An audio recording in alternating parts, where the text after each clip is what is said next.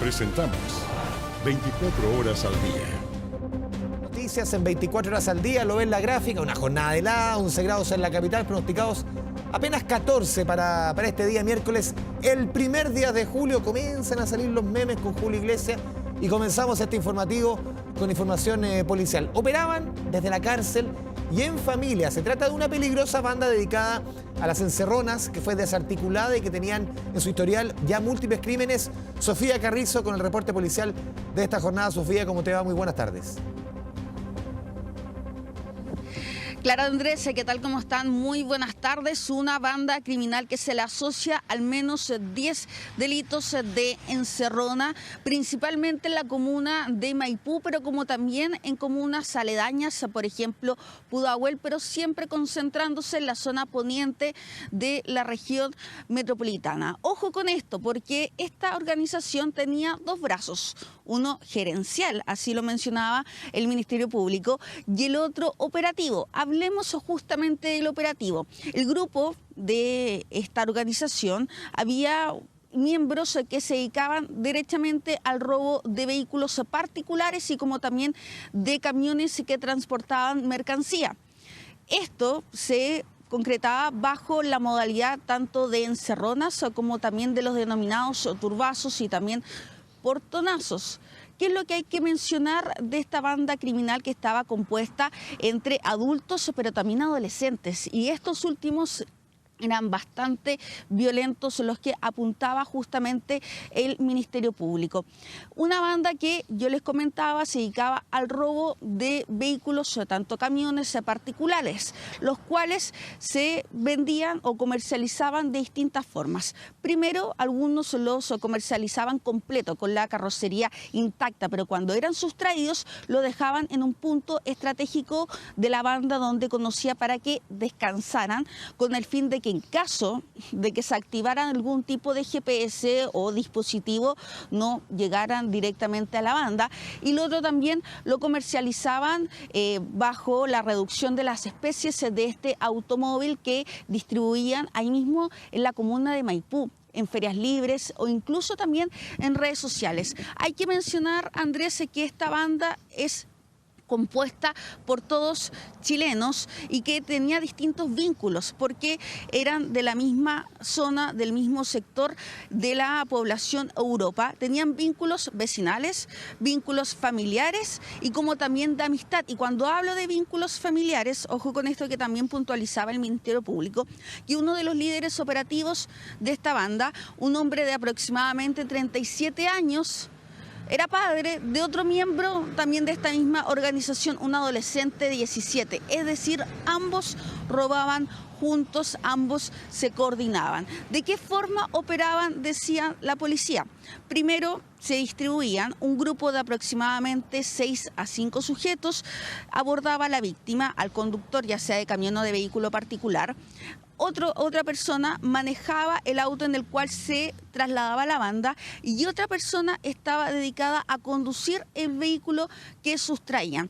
Mira, tenemos declaraciones, Ministerio Público, Policía de Investigaciones, a raíz de este caso que nace hace un año atrás, en junio del 2025, a raíz del robo de un camión que transportaba frutos secos. Pasemos a escuchar esas declaraciones. Que yo señalo como líder de la parte gerencial, por así llamarlo, de esta organización, está privada de libertad por un delito de homicidio, ¿no es verdad?, en una causa diversa, pero nosotros lo teníamos vinculado a través de las distintas técnicas de investigación en este delito. Generalmente lo hacen a través de la utilización de teléfonos celulares, ¿no es verdad?, a través de los cuales ellos se coordinan y básicamente la función de ellos es planificación de este tipo de delitos y después la comercialización de las especies sustraídas. Fueron detectados, corresponden a escritos que fueron entregados a las personas de la Policía de Investigaciones, como así también teléfonos celulares. Ya, acá hay que mencionar algo también en cómo se distribuía justamente esta banda, que no solamente está vinculada al robo de vehículos, sino que también se le asocia a distintas disputas territoriales, casos que se han cubierto por parte de los medios de comunicación. El pasado 1 de marzo, también tiene vínculo esta banda criminal a un homicidio frustrado que ocurre también en la comuna de Maipú, y después al 19 de mayo donde se concreta un homicidio en esa misma comuna. Así que bueno, de conocimiento había justamente sobre esta banda, pero finalmente hoy día la policía y el Ministerio Público da mucho más antecedentes sobre ello. Se estima que la participación total eran aproximadamente 18 personas. En las últimas horas se logra la detención de aproximadamente 7 adultos y 13 menores de edad, y además hay que recalcar que otras personas ya estaban detenidas, estaban privadas de libertad. 2 adolescentes en internación provisoria, y de las que yo les comentaba que estaban recluidos en centros penitenciarios, uno de ellos era el líder, el que controlaba todo, y a él se le indica justamente el que realizaba todo este operativo gerencial a través de lo monetario, de lo económico, y él es el que finalmente movía los hilos dentro de esta organización criminal. También tenemos declaraciones en torno a esto, pasemos a revisarlo a continuación. Damos cuenta de la desarticulación de una banda criminal muy violenta que actuaba en la modalidad de encerronas, portonazos y abordazos. Es una banda que ha sido desarticulada en 2 etapas. Ya existen 2 integrantes que están detenidos en cárceles en Santiago 1 y en Santiago Sur, y 2 menores que están en internación provisoria. Se logró la detención de 10 personas, se encuentran aún personas que con órdenes de detención pendientes, un padre de 38 años que comete delitos con su hijo de 17 años. Una de las hijas incluso de este padre, su pareja se encuentra actualmente privada de libertad y es objeto de investigación en esta banda. Todos viven en un mismo sector de la comuna de Maipú. Bueno, ahí lo especifica también el Ministerio Público de cómo operaba esta banda, que eran todos finalmente del mismo sector ahí de la comuna de Maipú, y bueno, tenían estos distintos vínculos de amistad vecinal e incluso también familiar. Yo quiero volver al líder de la banda que les comentábamos anteriormente, que gestionaba todo al interior de la cárcel. Este líder, Andrés, estaba condenado a 40 años de prisión por homicidio consumado.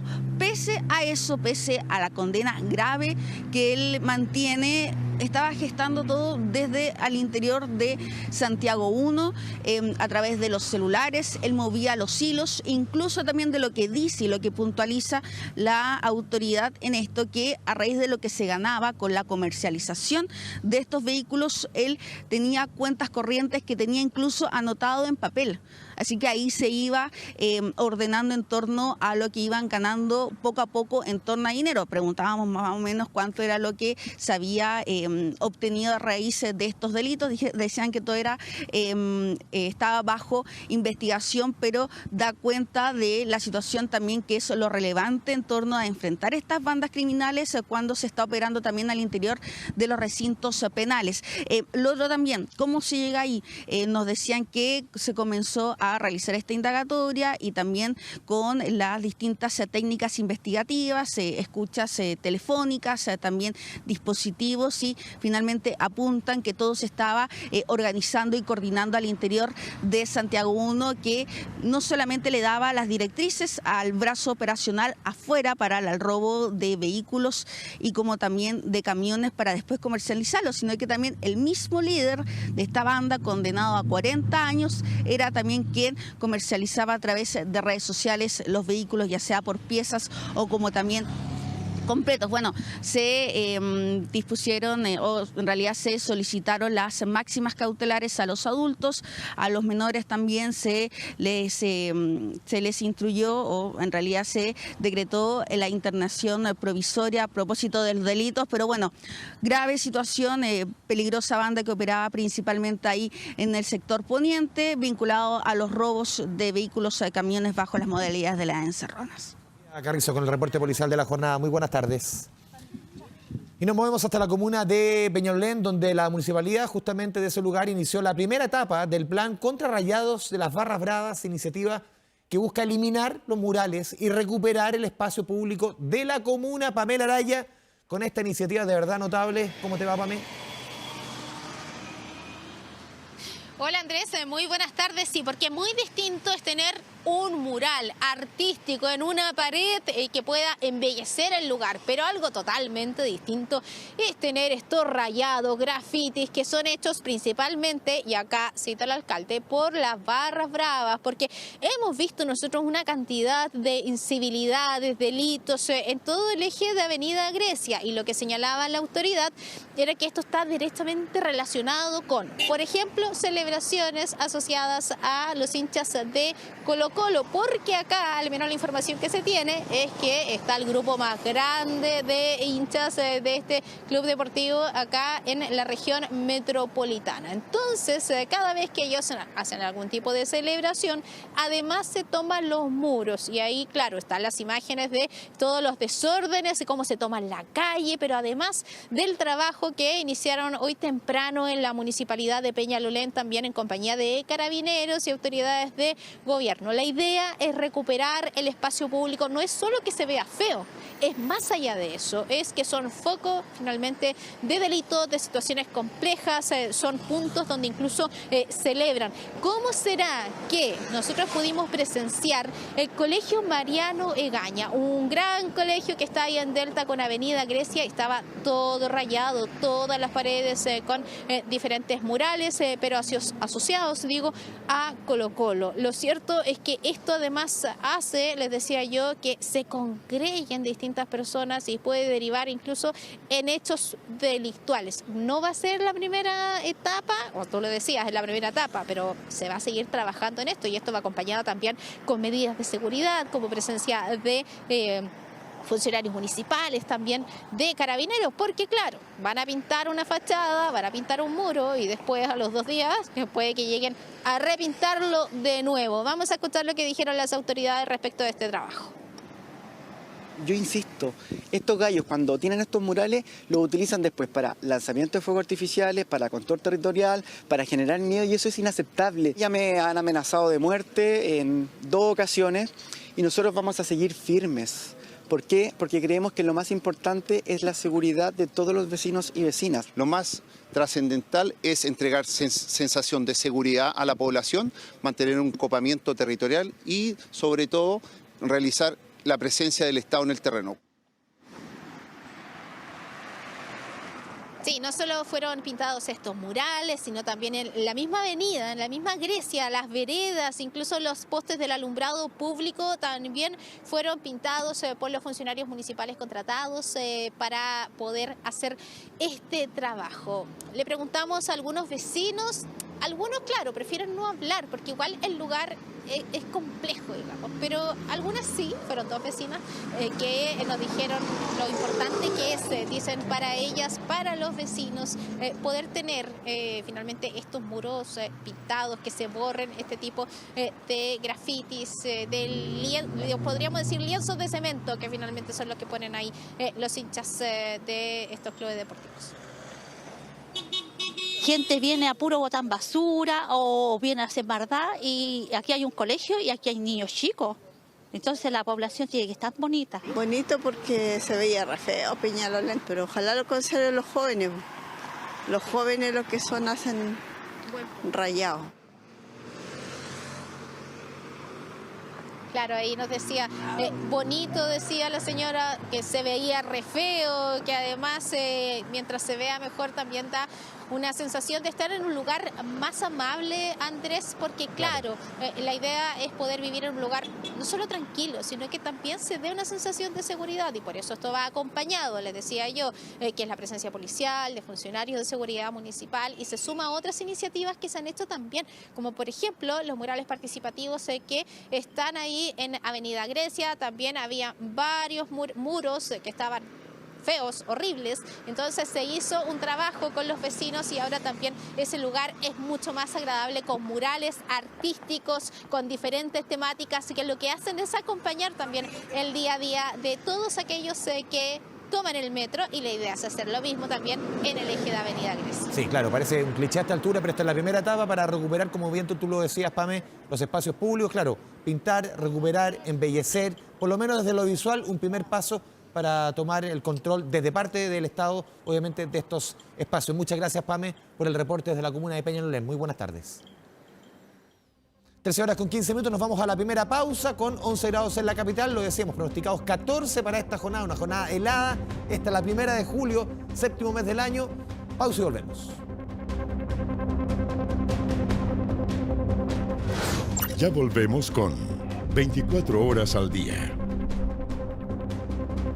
Volvemos con las noticias a 24 horas al día. Una intensa agenda de actividades ha tenido el presidente José Antonio Kast en medio de su gira por Paraguay. Entre ellas, hoy se concretó la firma de 3 acuerdos bilaterales entre ambos países. Ignacia Jiménez con el reporte desde Asunción. Ignacia, buenas tardes.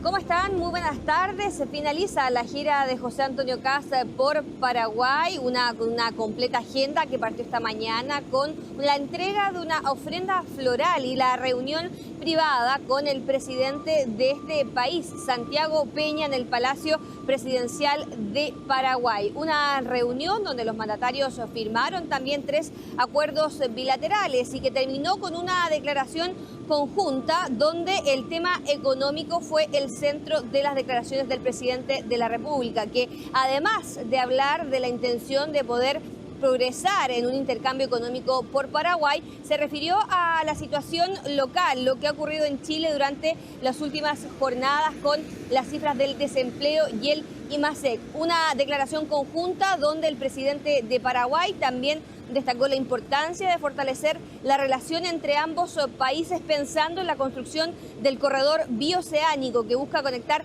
el Pacífico con el Atlántico desde Chile hacia Brasil, pasando por este país. Revisemos lo que fueron esas declaraciones.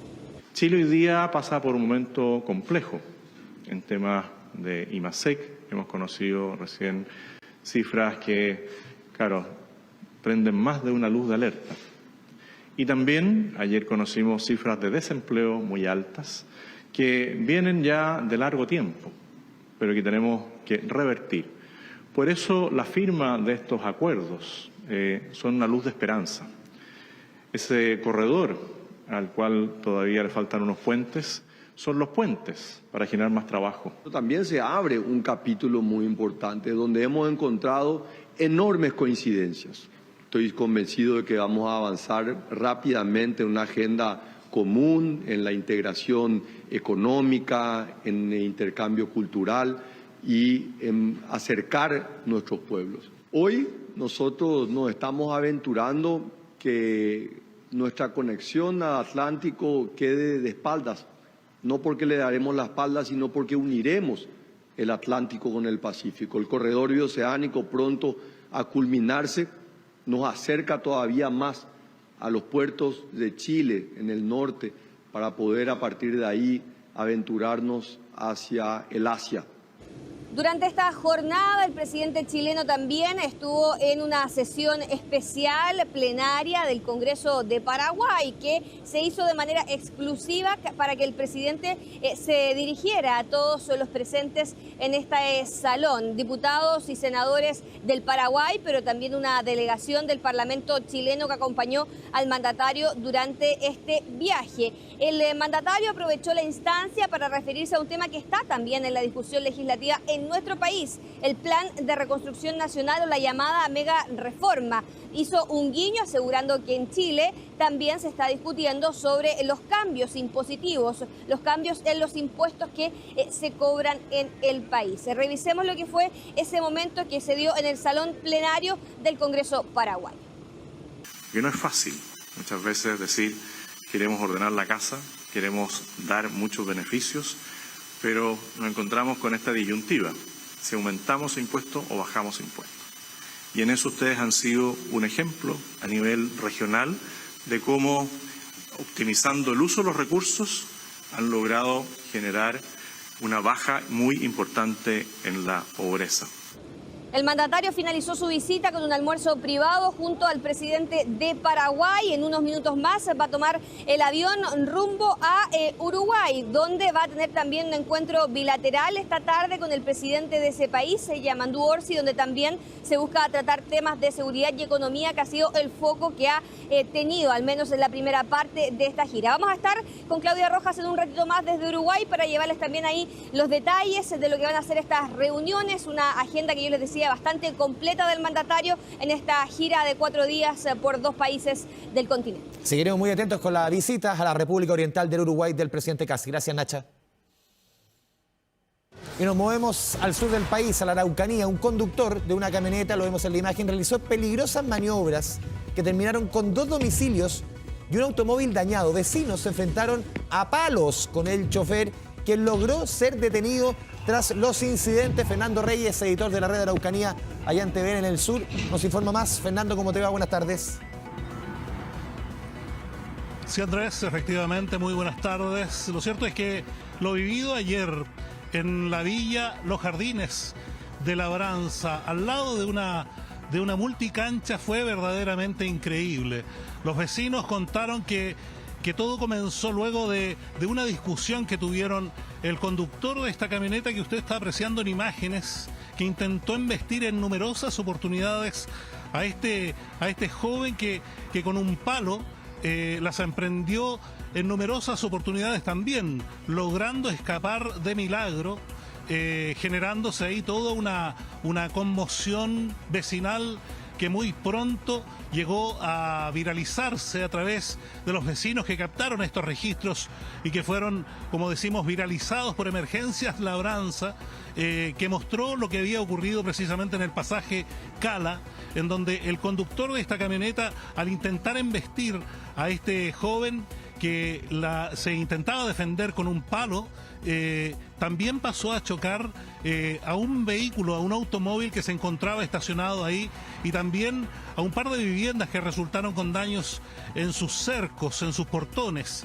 Todo esto por causas que, a decir verdad, no han sido precisadas. Esta mañana el conductor del vehículo, quien fue identificado preliminarmente por la autoridad como Jimmy Sepúlveda Martínez, pasó a control de detención esta mañana, se le amplió hasta el viernes, y él, por medio de su defensor, fuera de prestar una declaración, entregó detalles respecto de lo que habría sido, según él, un intento de robo de su vehículo. Lo cierto es que el conductor de la camioneta, que ya mantenía un abultado prontuario, quedó en la cárcel de Temuco de manera preventiva hasta el viernes, mientras el fiscal Juan Pablo Salas intenta esclarecer las circunstancias y también la magnitud de los daños, porque también en toda esta carrera golpeó un poste del alumbrado público. El fiscal intentará establecer si hubo perjuicio en el patrimonio fiscal, también además del patrimonio privado que resultó destruido ahí, el automóvil y los 2 inmuebles. Pero a decir verdad, el joven que huyó numerosas oportunidades de esta camioneta resultó también con lesiones. Sin embargo, él no denunció estas lesiones, por el contrario, se dio a la fuga.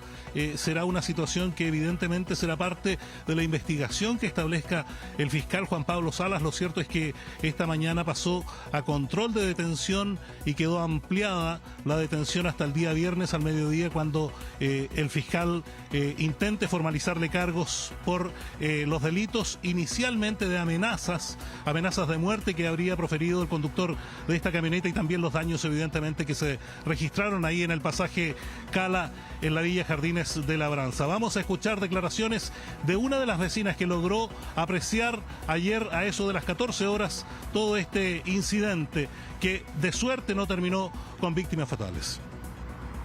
Y de repente escuchamos un ruido, empezaron a pelear. Fue todo lo que nosotros vimos de mi casa. Fue una preocupación porque acá hay niños pequeños, están de vacaciones y obviamente ver algo así fue igual preocupante para los papás y para los niños.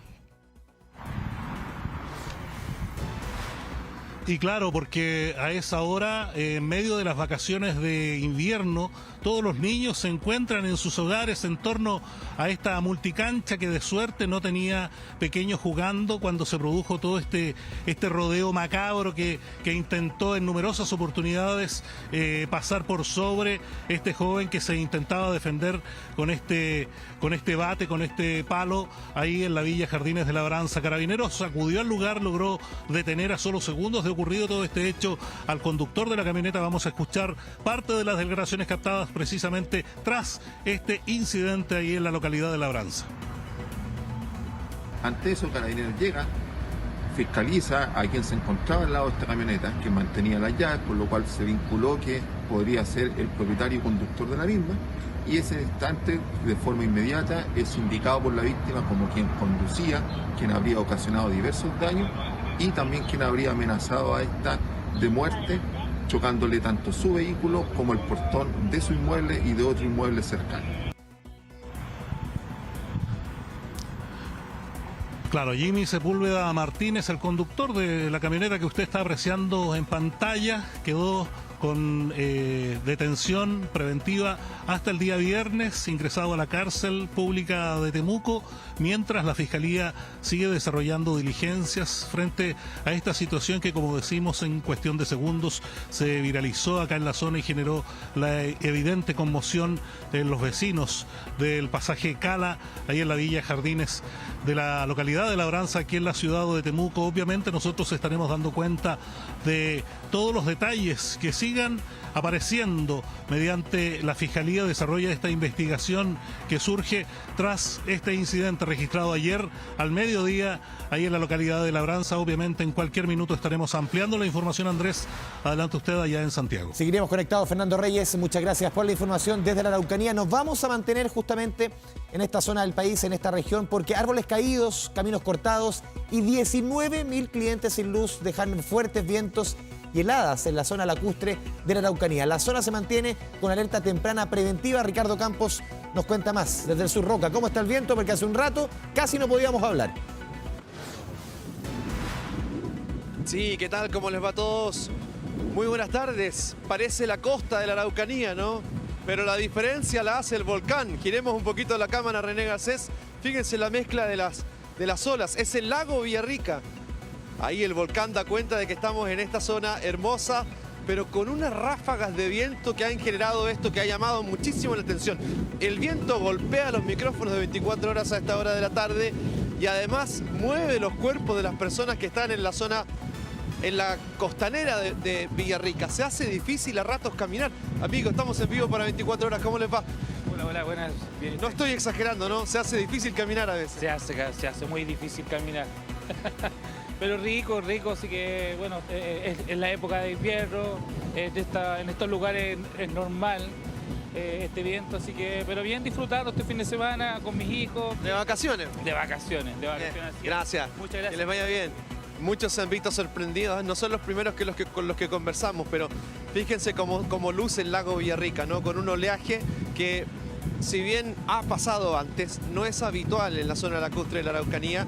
Son ráfagas de viento que a ratos superan los 100 kilómetros por hora. Esto ha generado estragos en algunos puntos, sobre todo rurales. Se han caído árboles, más de 5 cortes en la ruta Villarrica-Pucón, una de las rutas más hermosas de la región de la Araucanía, que se ha visto interrumpida absolutamente por la caída de árboles. Y no solo eso, 19.000 clientes del suministro eléctrico de la empresa CGE, que por lo menos es la empresa que ha informado hasta ahora, porque no tenemos conocimiento todavía de Frontel y otras, pero CGE ya ha informado de 19.000 clientes sin suministro eléctrico, producto de la caída de ramas y de árboles sobre el tendido eléctrico.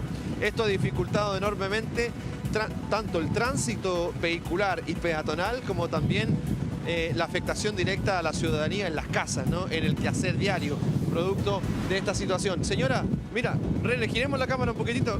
A la señora casi se la lleva el viento. Acérquese un poquito para acá. Chuta, ¿cómo está? Estamos en vivo por 24 horas. Hola, buenos días. Llamativo esto, ¿no? Muy llamativo, porque ya no es Lago Villarrica, es Lago Mar Villarrica. Lago Mar Villarrica, parece mar totalmente. Mucha ola, impresionante el día, está espectacular. Y el viento anoche fue, pero espectacular. ¿Usted de dónde es? Santiago. De Santiago. ¿Había estas ráfagas de viento, las había Nunca aquí. sentido antes? No, acá no. No, nunca. Muy fuerte, ¿eh? Fuerte, nos lleva el viento así. No, sí, es verdad, porque la gente de repente piensa, no está viendo en otras partes y dicen, está exagerando, no. No, el viento es, bueno, nos llamaron y dijeron que el viento era de 100 kilómetros por hora. Exactamente. Así que yo creo que sí, porque se han caído árboles, está cortado el camino a Pucón, a Temuco. Así que no, muy bonito. Muchas gracias, señora. No acostumbrado a ver los lagos así. No, nunca. No, y menos este. Yo siempre he venido, o sea, las pocas veces que he venido siempre es calmo, tranquilo. Pero hoy día está espectacular. Parece mar. Gracias, que lo pasen y que estén bien, ¿ah? Bueno, mucha gente de vacaciones, pues, Andrés, entonces la gente, claro, que sobre todo que es de Rancagua, Santiago, de otros puntos, no está acostumbrada a ver el lago. Si quizás la gente que es más de Villarrica puede decir, bueno, esto ha pasado antes. En Pucón está pasando lo mismo, el mismo efecto. Ha sido un temporal de viento, porque ustedes pueden ver, está soleado, completamente despejado, pero el viento está llamando mucho la atención, está generando además problemas, sobre todo con la conectividad. Veamos más impresiones, hemos conversado con más personas durante, más turistas, sobre todo aquí en la costanera de Villarrica, todos impresionados. Hay temporadas durante el año en el que está así, que finalmente no parece lago, sino que parece mar. Pero sí, hay temporadas durante el año que se pone bravo. Hartos vientos, sí, está muy fuerte el viento. No es muy habitual porque por lo general cuando hay puelche, el puelche es como el aire tibio, pero ahora está súper helado. O sea, la mañana me sorprendió que había puelche y había helada a la vez.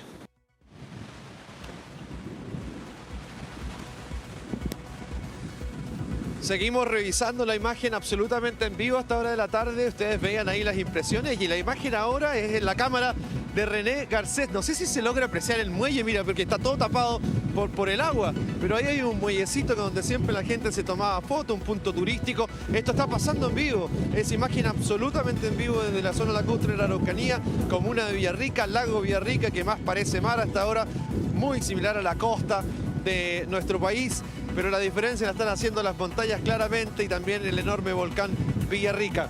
Las personas siguen llegando a este punto, se están tomando fotos, pero yo les decía también esto ha generado otro efecto, ¿no? Que es la afectación en la ciudadanía con cortes del suministro eléctrico, más de 100 árboles caídos solo en Pucón.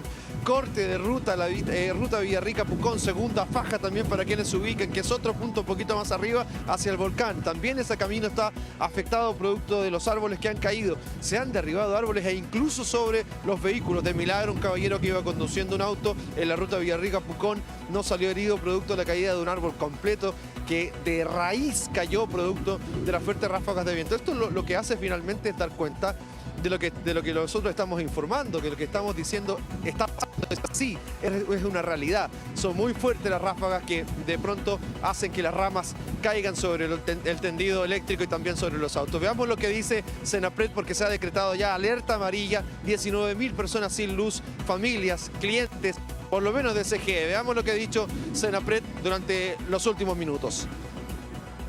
Que este evento meteorológico va a continuar durante el día de hoy hasta mañana jueves, por lo tanto las rachas de viento de hasta 100 kilómetros por hora se van a mantener durante el día.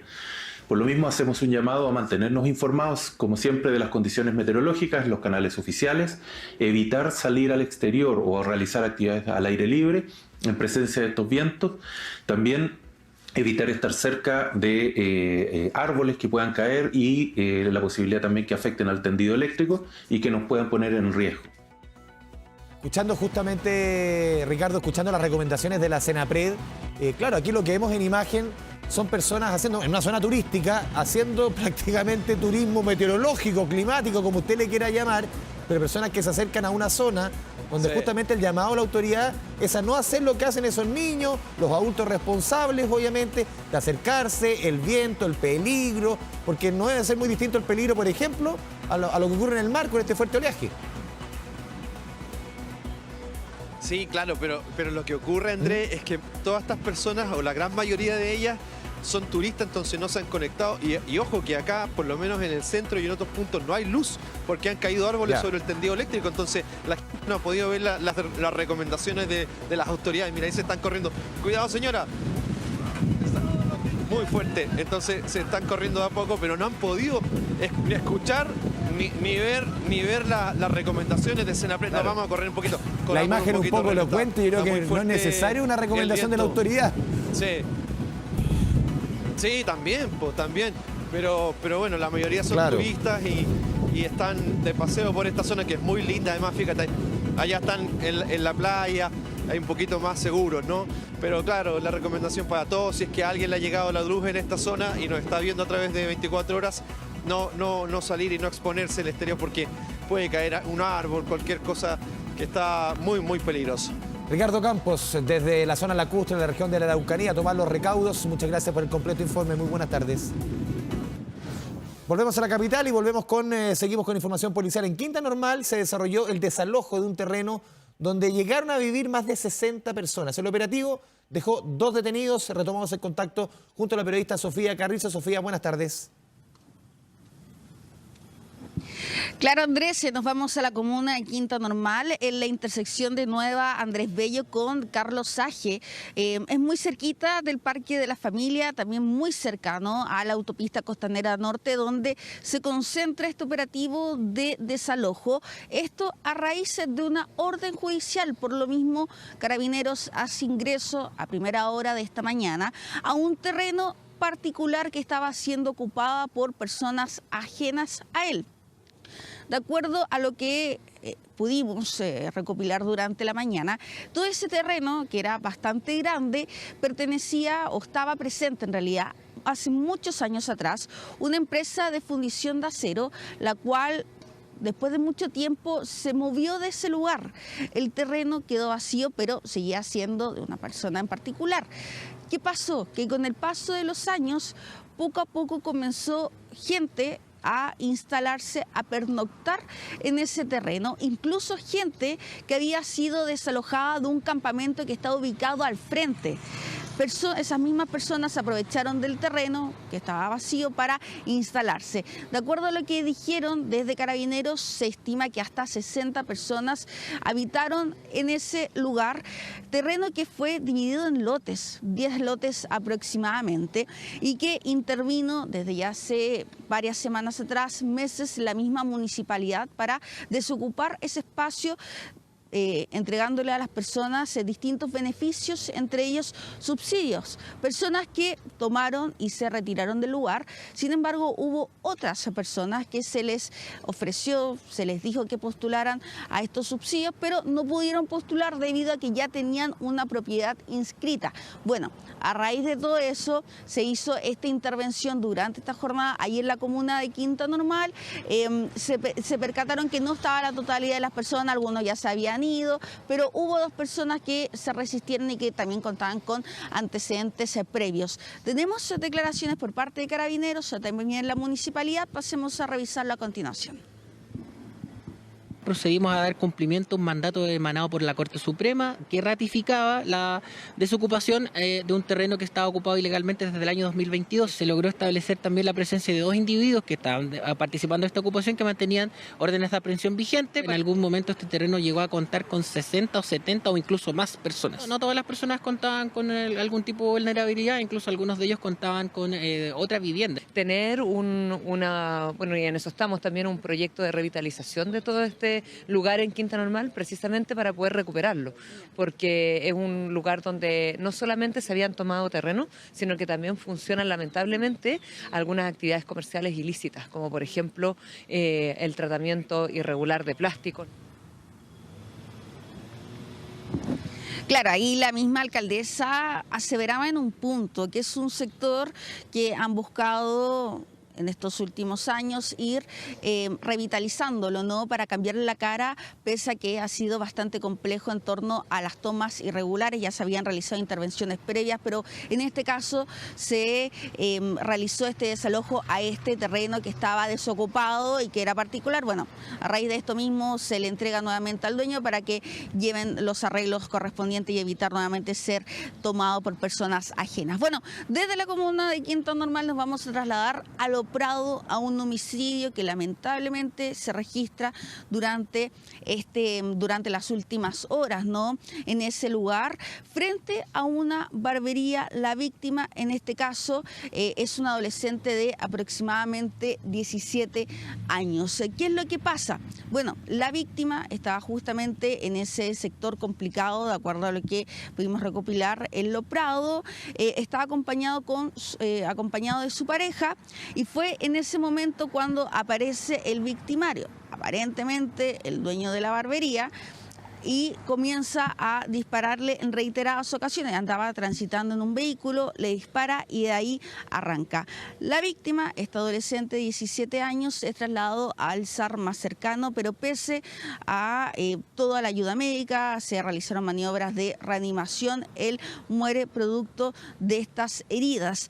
Hay motivaciones, de acuerdo a lo que se ha levantado a raíz de estas líneas investigativas, aparentemente se habría tratado de una rencilla entre ambos, entre la víctima y el victimario, donde además, hay que recalcar, cuentan con antecedentes penales. También tenemos declaraciones en torno a este caso, pasemos a revisarlo a continuación. Se genera el lamentable fallecimiento de un menor de 17 años a un costado de una barbería que se encuentra aquí en el sector de Lo Prado. Recibe un impacto balístico en el costado izquierdo, a la altura del tórax, y el cual le causa en definitiva la muerte. En materia de investigación, el origen del conflicto entre víctimas e imputados, solamente hay antecedentes que tienen que ser corroborados en cuanto a que existió eventualmente una discusión previa entre ambos. La seguridad municipal, todo lo que hemos estado haciendo los alcaldes y alcaldesas de Chile, no es suficiente para enfrentar tanto al crimen organizado como a hechos de esta naturaleza, como homicidios.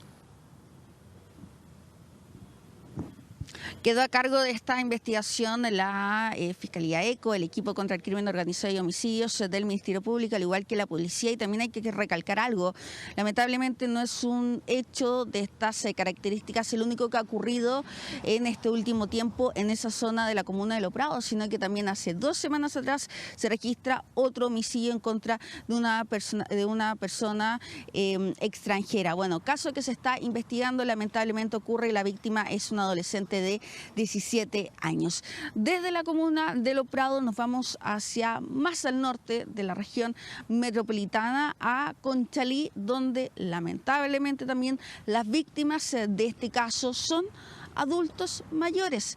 Hablemos de uno de ellos. El hombre, este adulto mayor, estaba regresando a su domicilio ahí en la comuna de Conchalí en su vehículo, y cuando estaba entrándolo ya para poder culminar la jornada, eso cuando fue abordado por un grupo de aproximadamente 5 individuos, entre ellos menores de edad. Lo intimidan con armas blancas, armas de fuego, con una violencia completamente injustificable. Al adulto mayor le quitan su vehículo y sus pertenencias, y de ahí la banda arranca. De eso no se supo hasta horas más tarde. ¿Por qué? Porque a la mujer de este adulto mayor la comienzan a llamar. La llaman estos mismos delincuentes, haciéndose pasar por carabineros, diciéndole que tenía que entregar su clave de recuperación de WhatsApp porque habían encontrado el vehículo, y a través, con esta clave, le iban a mandar las coordenadas donde tenía que ir a buscar el mismo automóvil. La mujer le entrega la clave y bueno, esta banda logra ingresar a su aplicación y comienza a hablarle a cercanos, a familiares, donde uno de ellos cae en esta estafa donde transfiere aproximadamente 100.000 pesos. También tenemos declaraciones, pasemos a revisarlo de inmediato. Voy a cerrar el portón, que ya estaba cerrando la mitad, cuando veo los 5 tipos entrar, y yo me voy echando hacia atrás, y ellos venían poniéndome la cuchilla, la pistola y los punzones. Entrega el auto, si no te queremos que que entregue la llave, entrega la llave. De la víctima, el día de ayer, en horas de la tarde, fue interceptada en su propio domicilio por 5 individuos, aparentemente menores de edad, quienes, encapuchados y premunidos de armas de fuego, procedieron a intimidarlo y sustraerle su vehículo particular. Bueno, ahí teníamos declaraciones por parte de la Policía de Investigaciones a raíz de las diligencias que también se tienen que llevar a cabo para dar con esta banda de sujetos, 5 aproximadamente, aparentemente menores de edad. Y bueno, lamentablemente lo que pasó con estos adultos mayores, primero asaltados, se les quita sus pertenencias y de ahí buscan estafarlos, lo logran, donde una de los familiares es víctima, quien aparentemente habría transferido aproximadamente 100.000 pesos. Así que también un llamado a las personas, si le llega este tipo de llamados solicitándole clave de WhatsApp de recuperación, no la entregue porque probablemente se trate de una estafa. Sí, Sofía Carrizo, muchas gracias por las recomendaciones y por el reporte policial de esta jornada de día miércoles. Muy buenas tardes. Y las autoridades reforzaron el llamado a que los niños se vacunen antes del regreso a clase, o que sus padres lleven a vacunar a los niños, que es lo más importante. En este contexto, han lanzado la campaña Chile contra el sarampión. ¿De qué se trata esta iniciativa? Dani Linares nos cuenta más. Dani, muy buenas tardes. ¿Qué tal, Andrés? Muy buenas tardes, porque 143.000 niños no tienen completo su esquema de vacunación contra el sarampión. Esta se suministra a los 12 meses y a los 36 meses. Es la segunda dosis la que muchos niños no tienen, por lo que hay un refuerzo de la autoridad sanitaria hacia los padres, de contactarlos vía mensaje, vía llamada telefónica, para que puedan acudir lo más rápido posible a un centro de vacunación, con el fin de evitar que el sarampión vuelva a tener una circulación en nuestro país. Está erradicado desde la década del 90. Si bien hay contactos, hay casos de sarampión en nuestro territorio, estos son importados. La transmisión endémica es lo que se busca poder proteger y mantener para mantener el país libre de sarampión, tal como ocurre del 93 a la fecha. Para que ello requiere una protección del 95% de la población objetivo para que esto se mantenga en esta característica que destaca nuestro país, y es por eso que se ha hecho un llamado importante a los padres a poder acudir con el esquema completo a los menores. También hay un grupo de adultos que debe reforzarse para el sarampión, los llamados a cumplir con aquello. Vamos a revisar los detalles de la autoridad sanitaria con este mensaje importantísimo, entendiendo que en las Américas ha aumentado los brotes de sarampión. Se han detectado 22.000 casos en lo que va de este año 2026, el doble de lo que se ha registrado el año 2025. La estrategia se basa en mensajería de texto y llamado telefónico a los padres, madres y tutores de los niños que no tienen su esquema de vacunación completo, invitándolos e insistiendo en que puedan completar su vacunación. En las Américas está habiendo más de 22.000 casos de sarampión. Hago un llamado a la responsabilidad también de las familias para que verifiquen las cartillas de vacunación, el carnet de vacunación, y verifiquen si su niño ya tiene la antisarampionosa.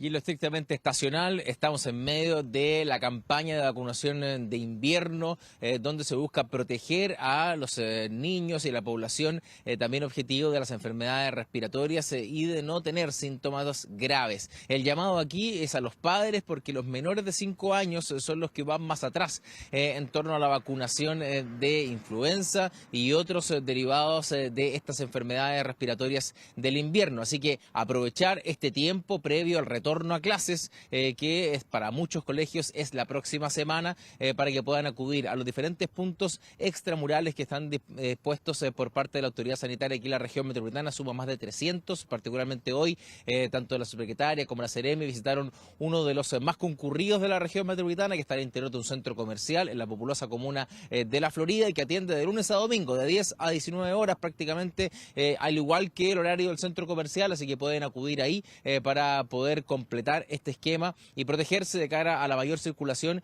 que ya tiene un 51% de positividad de los exámenes. Tenemos declaraciones al respecto, vamos a revisarlas de inmediato. Y este es uno de los 318 puntos desplegados en todo el territorio regional. ¿Qué quiere decir esto? Que nosotros nos vamos a quedar no solamente en el CESFAM, sino que también hay oportunidades extramurales que son las asociadas a vacunación de influenza. Así que el llamado es a no dejar de vacunarse. Influenza A y B son los virus de mayor circulación en este instante, así que hay que protegerse. Para aquello todavía están a tiempo, entendiendo que los anticuerpos se generan 15 días después de la inoculación, así que queda rato de invierno, así que hay que prepararse, sobre todo los padres, el llamado a los menores, llevarlos a los centros de vacunación y también poder chequear que los adultos mayores, que son el otro grupo objetivo que va un poco más atrás en el carro de la vacunación, también acuda a los centros disponibles, centro de salud familiar y también estos operativos extramurales que están dispuestos para toda la población. Sí, Dani, y aprovechar esta tregua que están dando las vacaciones justamente para vacunar a los niños, para que los adultos mayores se vacunen. Tú también eres padre de familia, los que somos padres de familia, aprovechar estos días porque de verdad, claro, ninguna vacuna te hace inmune, pero sí evita, sobre todo en el caso de la influenza, que esto llegue a cuadros mucho más peligrosos, así que lo importante que es vacunarse. Así es, hay que prepararse para evitar llegar a la red asistencial que se va a ver saturada cada vez más mientras vamos avanzando en esta época del año que es compleja, el invierno, donde aumenta la circulación de este tipo de virus. Gracias, Dani. Un abrazo. Nos vamos a la información política. Tensión en el oficialismo generó el rechazo a la acusación constitucional contra el exministro de Hacienda, lo vemos en imagen, Nicolás Grau. Sumado a las críticas internas, senadores oficialistas incluso calificaron el episodio como un bochorno, apuntando a una falta de coordinación y también lo vemos, vamos a conectar con Macarena Román. Maca, ya son 10 acusaciones constitucionales que ha empujado el oficialismo, hoy oficialismo, hasta el gobierno pasado oposición, que han sido fallidas y aquí claramente se plantea desde un inicio que esto podía generar un quiebre en la derecha y así está siendo, Maca. Sí, de hecho son 10, al igual como presentó la entonces oposición al gobierno del expresidente Sebastián Piñera. Llegaron a un empate en números de acusaciones constitucionales que sin duda también son el número mayor de acusaciones que se han presentado a lo largo de nuestra historia, considerando del retorno a la democracia en adelante. Es decir, se ha generado al menos un hecho repetitivo, ¿cierto?, por parte de las oposiciones, en este caso el oficialismo, pero hacia el gobierno anterior, ¿cierto?, en presentar esta especie de acciones para, en algunos casos, inhabilitar del cargo a quienes ejercen como ministros o, como fue el caso de Nicolás Grau, que se buscaba sancionar y que él quedara sin la posibilidad de ejercer cargos públicos durante 5 años. Todo ese contexto sirve, ¿cierto?, para ya conocer las reacciones, lo que provocó la fallida acusación constitucional en contra del ex ministro Nicolás Grau, quien esta vez pudo sortear la valla del Senado, sin embargo no lo hizo en la Cámara de Diputados. En la Cámara de Diputados se logró tener el número necesario para que avanzara esta acción. Sin embargo, en el Senado, ya lo vimos durante este martes, eso no ocurrió. ¿Por qué no ocurrió? Porque no tuvo el respaldo total del actual oficialismo. Hubo senadores que componen el actual oficialismo que se mostraron en contra o directamente se abstuvieron de votar a favor de esta acusación constitucional, lo que generó, como tú bien decías, Nico, lo necesario para que exista o se genere una tensión o un quiebre dentro del actual oficialismo. Pasemos a escuchar parte de las reacciones que hemos obtenido durante esta jornada a raíz de esta fallida acusación constitucional. ¿Y cree que esto no genera un quiebre en el oficialismo? Absolutamente un bochorno. Mira, yo respeto a los que estaban de acuerdo con la acusación, pero exijo que me respeten a mí, que yo no estoy de acuerdo. Entonces, eso es para salir en la prensa, quiere hacerse famoso, porque como no lo conoce nadie. Lo importante dentro de la acusación era dejar asentadas las responsabilidades que nosotros estábamos acusándole al ministro Grau y a la administración anterior. Siempre uno tiene espacios de mejora y aprendizaje hacia el futuro, pero no podíamos dejar de hacer valer responsabilidades de aquel que nos dejó una gestión financiera del Estado absolutamente desastrosa y unas arcas fiscales estresadas a más no poder.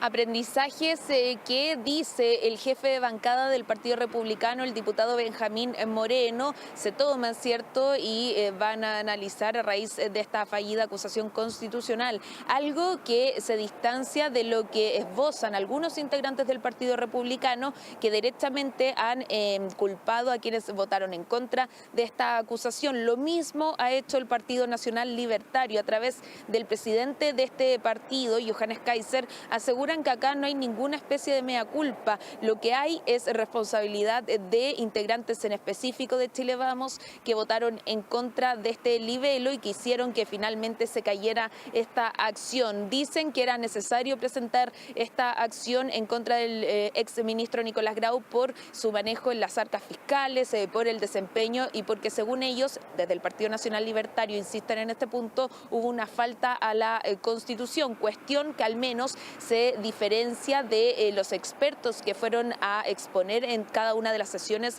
de la Comisión Revisora de la Cámara de Diputados, porque todos de manera transversal dijeron que no habían argumentos para acusar constitucionalmente a Nicolás Grau, y eso se vio reflejado no en la sala de la Cámara de Diputados, sino que en el Senado. Vamos a pasar a escuchar otras reacciones respecto a esta tensión, podríamos decir, para algunos un quiebre, un antes y un después en el oficialismo a raíz de esta caída de acusación constitucional. La acusación constitucional contra el ministro Grau fue un error desde todas las perspectivas. Debilita al oficialismo, fortalece a la oposición y finalmente distrae de lo más importante. Invito al Partido Republicano a dejar esta lógica confrontacional y empezar a contribuir junto a los partidos del oficialismo en cómo construimos un mejor gobierno y avanzamos en las reformas más importantes para Chile. ¿Por qué culpa? Nosotros hicimos lo que teníamos que hacer constitucionalmente, perseguimos una responsabilidad que está muy clara por parte del exministro Grau. Yo no creo que seamos nosotros los que tenemos que dar explicaciones. Los que tienen que dar explicaciones son aquellos que, reconociendo todos ellos en sus votaciones que el señor Grau había dejado un meridiano desastre, decidieron de que no era mejor no condenarlo. Bueno, ahí tenemos distintas percepciones de un hecho que sin duda generó también controversias al interior del mundo político, en específico del oficialismo. De hecho, algunos lo han catalogado directamente como un bochorno, así lo decía el senador Manuel José Osandón, un bochorno porque decía él y otros integrantes también del actual oficialismo como Paulina Núñez que para presentar este tipo de acciones es necesario asegurarse de tener los votos, algo que se hizo en la Cámara de Diputados, pero en el Senado no, y finalmente ocurrió lo que ya sabemos, que se cayó esta acusación constitucional que finalmente, cierto, le da de alguna forma un punto a la actual oposición, quienes defendían el desempeño del exministro Nicolás Grau. Claro, y vamos a ver como siempre, tú lo decías, 10 acusaciones de un sector, 10 del otro, esto sí es que es el momento, sí es que es una herramienta para usar en esta instancia, hay otras para fiscalizar, hay otras para buscar elementos políticos. Bueno, un cuento de nunca acabar. Maca, muchas gracias. Nos vemos, chao. 37 fueron las familias beneficiadas con un subsidio habitacional, todas pertenecientes a la Fundación Deportistas por un Sueño. ¿En qué se puede ocupar este beneficio? Se lo preguntamos a la periodista Pamela Araya. Pame, buenas tardes.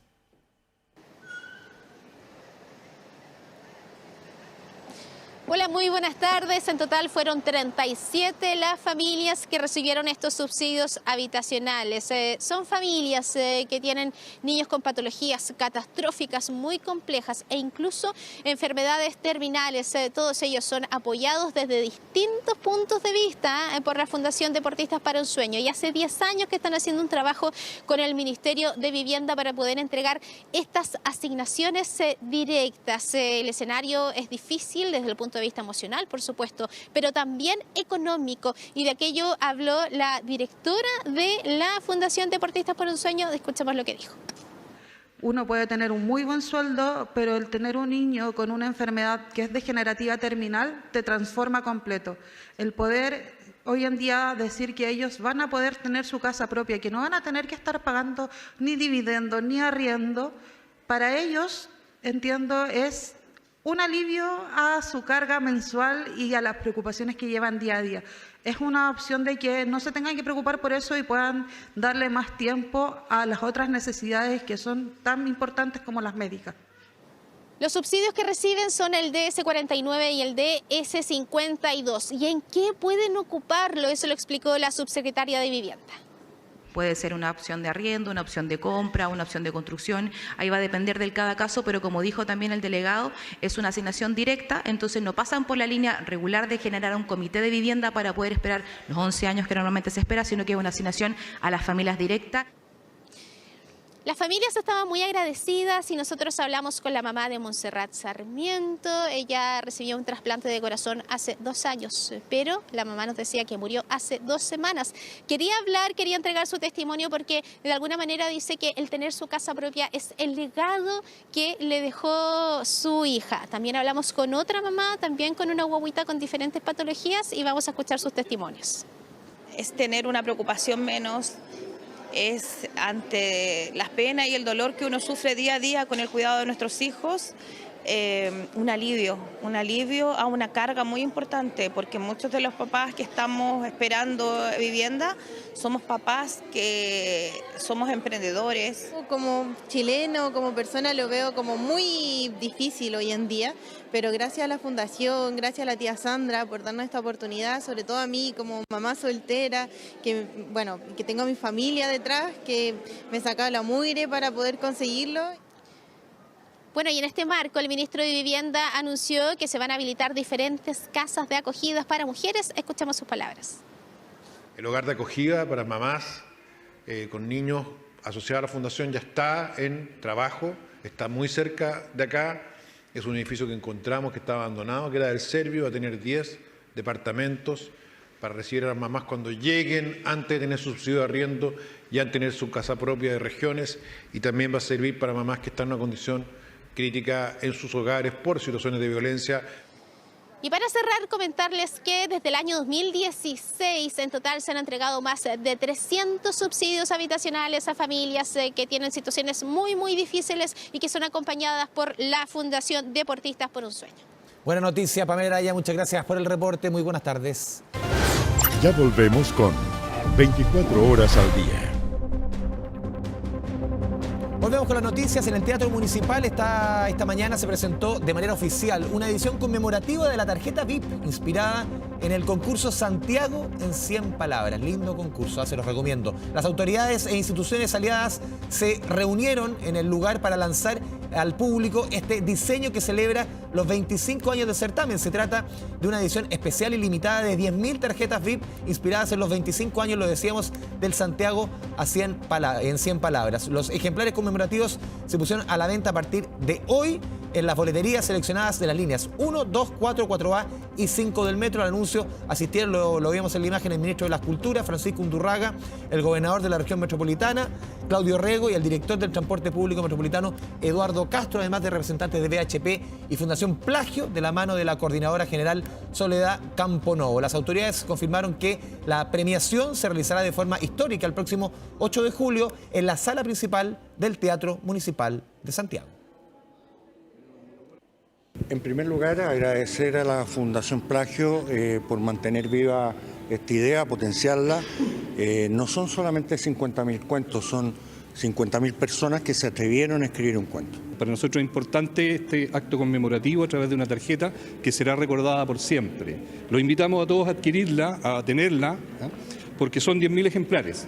En línea 1, 2, 4 y 5 del metro, en esas estaciones principales van a estar estas tarjetas disponibles para todos los usuarios, digamos, y todos los que quieran tener esta tarjeta conmemorativa de Santiago en 100 palabras. Tenemos que celebrarlo, celebrar esa creatividad, y vamos a hacerlo con una tarjeta VIP conmemorativa que pueden encontrar en las diferentes líneas de metro a partir de hoy. Nos movemos hasta la región de Valparaíso, lo vemos en la imagen. Esta jornada se llevó a cabo el segundo día de desalojo en la megatoma del Cerro Centinela, esto en la comuna de San Antón. Las autoridades aseguran que se avanza de manera rápida y con la colaboración de los vecinos. Hans Christensen estuvo ayer, estuvo hoy día. Hans, vamos contigo.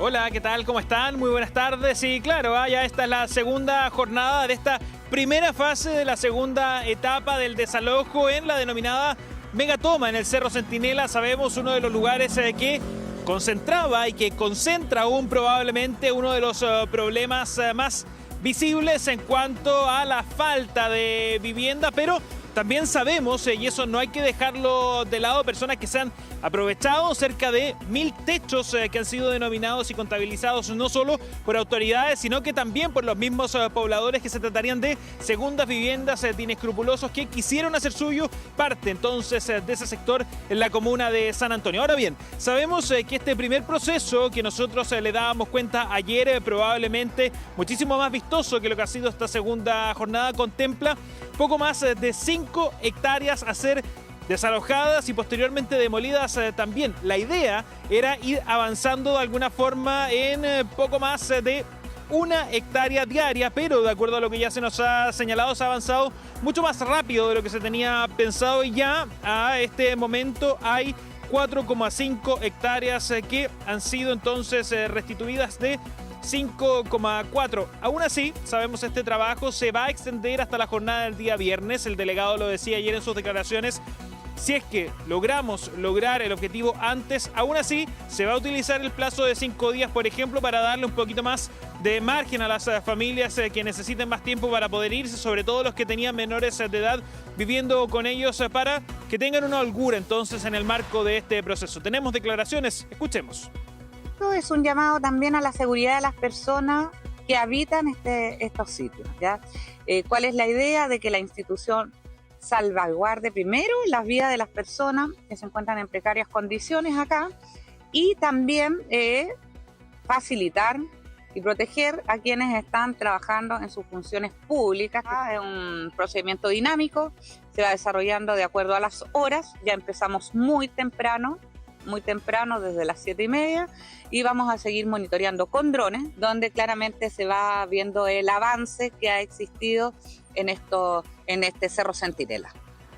Bueno, hablábamos de 156 techos en este inicio de la segunda fase entonces de demolición y de desalojo de parte del Cerro Centinela. Recordemos que hay otra cantidad de hectáreas que ha sido expropiada por parte del gobierno anterior para entregar soluciones habitacionales a las personas que se encontraban radicadas allí, y al día de hoy, en esta segunda jornada, ya hay 136 techos demolidos. Solamente quedan 20 entonces de lo que ha sido esta primera meta que se ha fijado para la fase entonces en la que nos encontramos. Va a ser un proceso largo, lo sabemos. Hay cerca de 40 hectáreas en total que son las que contempla esta nueva parte, esta nueva etapa entonces en el marco de lo que es todo este arduo proceso de desalojo allí en el Cerro Centinela. Muchas gracias, Hans, desde la comuna de San Antonio. Buenas tardes.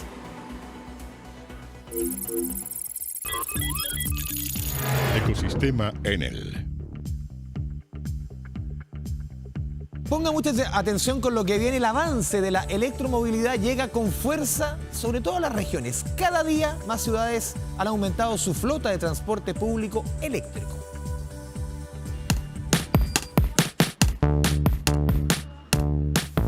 Antes eran una rareza. Hoy ya circulan por varias ciudades del país y prometen cambiar para siempre la forma en la que nos movemos. La electromovilidad avanza con fuerza en regiones y algunas ciudades ya se están transformando en verdaderos laboratorios del transporte del futuro. Es calidad de vida y para todos, porque obviamente, imagínate, vamos a sectores donde la economía es baja, pero sin embargo ellos nos prefieren. Copiapó es el modelo. La capital de Atacama se convirtió en la primera ciudad de Chile con el 100% de sus micros eléctricas. Una transformación que no solo modernizó la flota, sino que también cambió la experiencia de viaje de miles de pasajeros.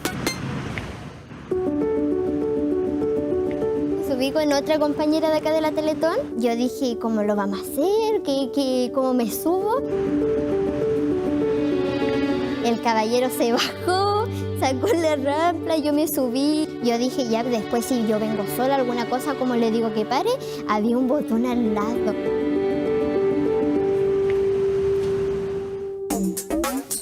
Más al sur, los porteños también tuvieron su propia revolución sobre ruedas. La electromovilidad llegó a Valparaíso en el año 2024, de la mano de una flota de 40 trolebuses completamente modernizados. Un cambio en un transporte tan típico porteño que en vez de desaparecer, decidió evolucionar. Los nuevos motores eléctricos son más silenciosos, limpios y eficientes energéticamente. Además, tienen baterías que les permiten no estar enganchados a cables aéreos y funcionar como un bus convencional. De hecho, es increíble que se pueda pagar con tarjeta, con la misma tarjeta del metro. Ya de partida el hecho de que uno pueda cargar los teléfonos es bastante importante. La tranquilidad que es viajar en un trole, la capacidad de la gente de darse cuenta de un cambio, de no andar saltando en un bus, sino ir sentados.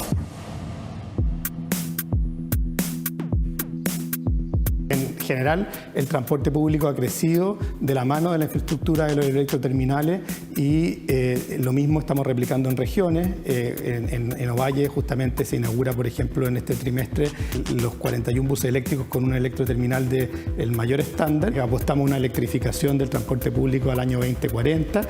A lo largo de Chile ya han comenzado a aparecer las micros eléctricas y la mayoría de las regiones cuentan con algunos modelos circulando por sus avenidas, como en Arica y Parinacota, que ya hay 12 modelos. En Tarapacá, 24, 68 en Antofagasta, 121 en Atacama, 42 en Coquimbo, 44 en Valparaíso, 40 en Tiltil, 34 en O'Higgins, 21 en Biobío, 8 en la Araucanía y 8 en Los Lagos. A esto se suma la flota del sistema red de la región metropolitana con 4.374 buses eléctricos. Hoy en día lo que estamos haciendo en regiones es clave también para el fomento de la electromovilidad y el escalamiento de la electromovilidad en todos los segmentos en regiones. Nuestra meta es tener 30 electroterminales en regiones operando para el 2030. Este tipo de impulsos con estos electroterminales modernos en regiones ayudan a este cambio de tecnología y para que los usuarios tengan una mejor calidad de vida y un mejor transporte público también en regiones. Y los planes continúan. Nuevas flotas eléctricas ya están proyectadas para distintas ciudades del país. Copiapó y Valparaíso son ejemplo de una realidad que avanza kilómetro a kilómetro, demostrando que el transporte del mañana ya está circulando por las calles de nuestro país.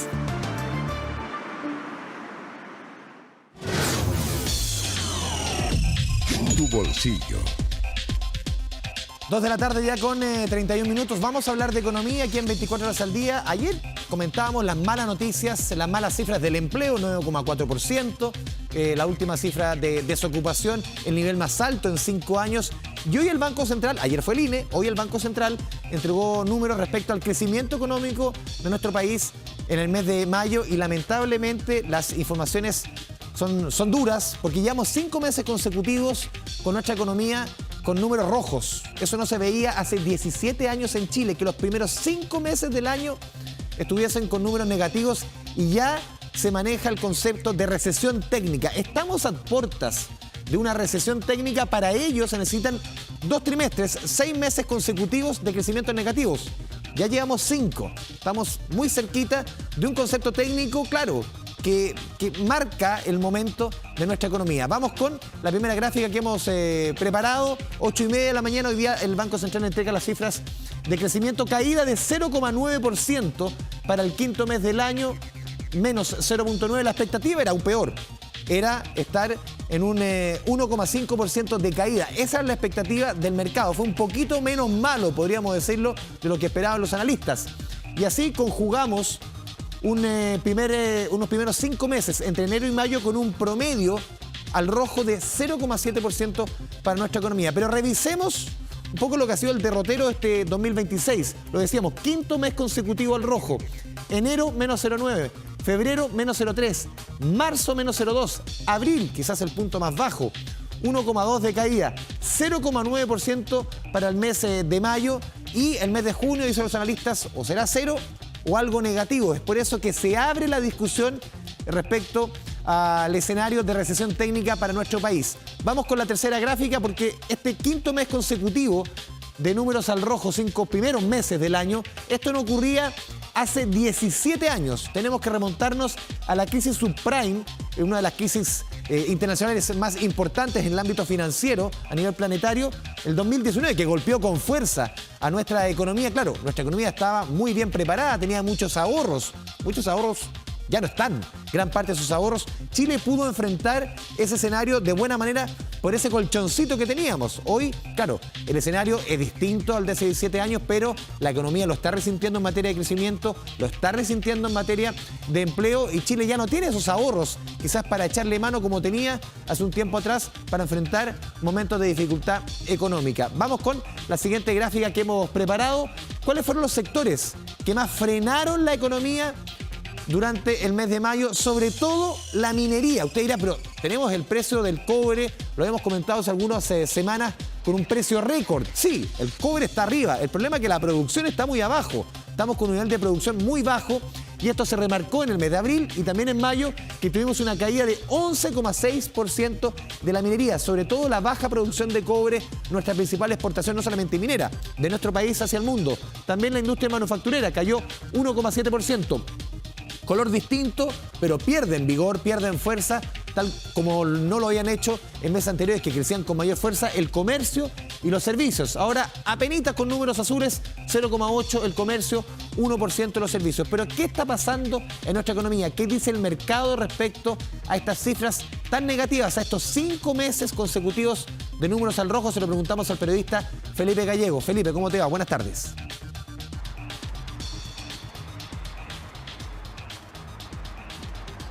¿Cómo te va? Muy buenas tardes. Claro, una muy mala noticia económica la publicada a primera hora por parte del Banco Central. Un 0,9% cae la economía durante el mes de mayo, completando así 5 meses consecutivos de caídas. De hecho, entre los actores económicos, entre el gobierno, se ha vuelto a hablar de malas señales y también señales de alerta y del fantasma de una recesión técnica que, claro, se completaría cuando un país tiene 2 trimestres consecutivos de caídas en materia económica. Bueno, la minería fue gran responsable también en este indicador con un desplome prácticamente en la producción minera. Pero claro, el presidente Kast hablaba al respecto, decía que esto era una señal de alarma, una mala noticia también que genera preocupación.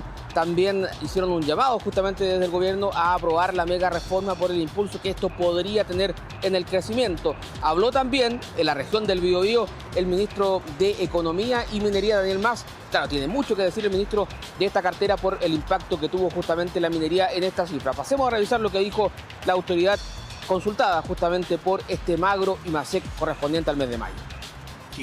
Percibimos una economía estancada y golpeada desde la segunda mitad del año pasado. Pero quiero ser más claro, el único camino para volver a crecer y generar empleo es que juntos reactivemos el país. El proyecto de reconstrucción y desarrollo económico esencial establece las bases para que Chile vuelva a progresar. No podemos perder más tiempo. Necesitamos reactivar la economía y el empleo de las familias chilenas.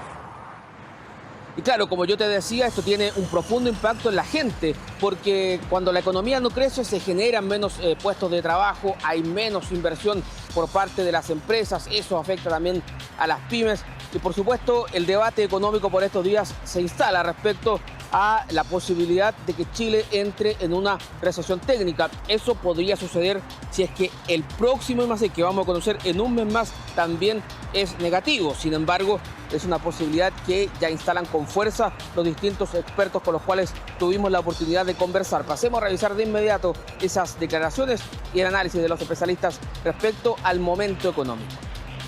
No es normal tener 5 meses consecutivos de caída de la actividad económica con esta cifra de desempleo. O sea, naturalmente estamos hablando de un mal momento económico, pero además, en el corto plazo, el inicio de este año ha sido bien negativo por la caída de la producción minera, por factores específicos en la pesca, en la agricultura, y además tuvimos el conflicto en Medio Oriente, ¿verdad? Algo naturalmente inesperado que significó un alza muy significativa en el precio de los combustibles, que impactó el poder adquisitivo de los hogares. Mi preocupación es que ya si en el 6º mes la minería sigue a la baja, el crecimiento, digamos, económico de Chile en estos momentos va a estar en tela de juicio. Bueno, es lo que yo digo que es una recesión operativa. ¿En qué sentido? Que al no tener proyectos nuevos, claramente lo que usted va a ver es que estamos en lo que se llama efecto encierro.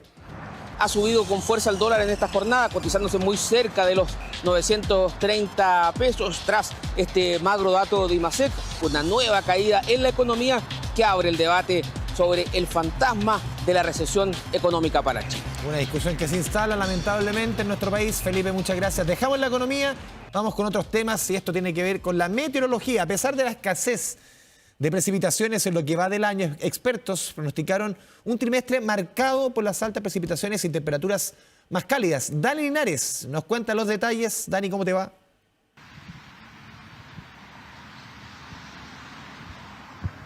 Claro, un programa de escasez de precipitaciones en lo que va del año que debiese cambiar de cara al próximo trimestre, según el análisis que ha realizado la Dirección Meteorológica de Chile, con las características del Niño de forma intensa, que ya comienzan a evidenciar ciertas características que hacen prever una gran cantidad de precipitaciones en el próximo trimestre. Particularmente ya se avecina una lluvia para los inicios de este mes de julio. De todas maneras sería una lluvia bastante menor, lo que podría dejar el fenómeno del Niño para este trimestre. En promedio se estima que en la estación de Quinta Normal, que es de referencia para la zona centro de la ciudad de Santiago, se estiman 150 milímetros de agua caída en los próximos 3 meses. Es una gran cantidad de lluvia si lo comparamos con la escasez de precipitaciones que se vienen registrando en nuestro territorio en lo que va del año. Solamente la estación de Punta Arenas registra superávit de precipitaciones en lo que va de este año, pero esto va a cambiar completamente para el próximo trimestre, ya con las características propias del Niño, que en general en nuestro territorio las asociamos a una gran cantidad de lluvia. Ya se logra evidenciar el aumento de temperatura en el mar sobre 2 grados, también un aumento histórico para las mediciones que se realizan en torno a este fenómeno, y esto va a traer aparejados lluvias importantes desde la región de Coquimbo hacia el sur, incluso la región de los lagos, con un superávit histórico que debiese registrarse con estas precipitaciones que ya se han analizado por parte de la Dirección Meteorológica de Chile, que incluso podrían extender las condiciones del Niño hacia la temporada de verano, con un aumento de temperaturas sobre lo normal en nuestro territorio. Un sector de la zona centro del país que va a evidenciar también aumentos de temperatura sobre lo normal, tanto en las mañanas como en las tardes, y que también va a tener aparejado esto una gran cantidad de precipitaciones. Tenemos el detalle, lo revisamos a continuación. Lo que estamos esperando en rigor es una baja segregada que va a aproximar y debería estar llegando a la zona central el día 4 de julio y debería dejar precipitaciones, pero más bien de características débiles, y deberían de estar afectando en primera instancia desde la región metropolitana hasta la 7ª u 8ª región. Eso es en primera instancia. Acá en la región metropolitana esas deberían de continuar por lo menos esta semana, y luego deberíamos de ver un aumento de las temperaturas mínimas que deberían de posicionarse entre los 3 y los 5 grados Celsius. En la figura de la izquierda, que en cuanto a precipitación, tenemos un comportamiento sobre lo normal, lluvias por sobre lo normal, desde la región de Coquimbo hasta la región de Magallanes. Y si nos enfocamos en las temperaturas, tanto mínima como máxima, a grandes rasgos se puede apreciar de que vamos a tener un trimestre más cálido de lo normal, tanto mínima como máxima. O sea, vamos a tener tardes más cálidas y mañanas más cálidas para el trimestre de julio, agosto, septiembre. Y por cierto, a prepararse respecto a la cantidad de precipitaciones, porque se avisoran importantes, algo que es muy esperado en la zona centro del país, donde han escaseado en el último tiempo y se mantiene, por cierto, una situación de sequía histórica en esta zona del territorio, por lo que esto podría cambiar radicalmente si se cumplen los pronósticos en torno a la cantidad de lluvia, esto por la intensidad del fenómeno del Niño, que es inusual a lo que se ha ido registrando en el último tiempo con este fenómeno, donde se ve un fenómeno del Niño mucho más intenso que en comparativa a los últimos fenómenos del Niño que han tocado de este lado del mundo, ya con temperaturas inusuales del mar, que ha aumentado incluso 2 grados su temperatura, y eso podría traer aparejados también una gran cantidad de precipitaciones aquí en el territorio nacional. Sí, el famoso niño Godzilla. Dani, muchas gracias. Buenas tardes. Ya, nos vamos bailando, Juan ahí. Que le vaya bien.